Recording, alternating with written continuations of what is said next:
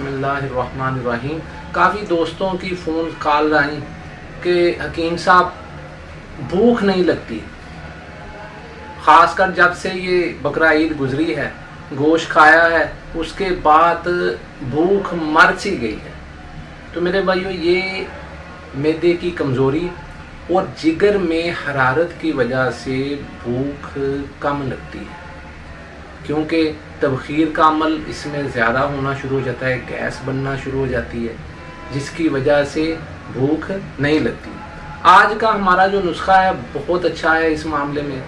अल्लाह की रहमत से आप इसे बनाएंगे तो भाई को दुआओं में याद रखेंगे। बहुत ही आसान नुस्खा है, चंद चीज़ें हैं वो आप बाज़ार से ले लें, इसको कूट पीस कर शहद मिलाकर इसकी मजून बनाएंगे तो नुस्खा आपका तैयार हो जाएगा। इसमें काली हरड़ लेनी है, बड़ी इलायची ले लें, उसके बाद सूंठ ले लें, हलीला ले लें, मस्तगी रूमी, आंवला और अजवाइन, ये सारी चीज़ें आप बराबर वज़न ले लें। इसको आप ग्राइंडर में पीस लें। पीसने के बाद इसमें 3 गुना जो है शहद वो आप शामिल कर लें। शामिल करके तो आप इसे रख लें। रोज़ाना खाने से पहले या खाने के बाद चाय वाला 1 चम्मच या पौना चम्मच आप पानी से ले लें।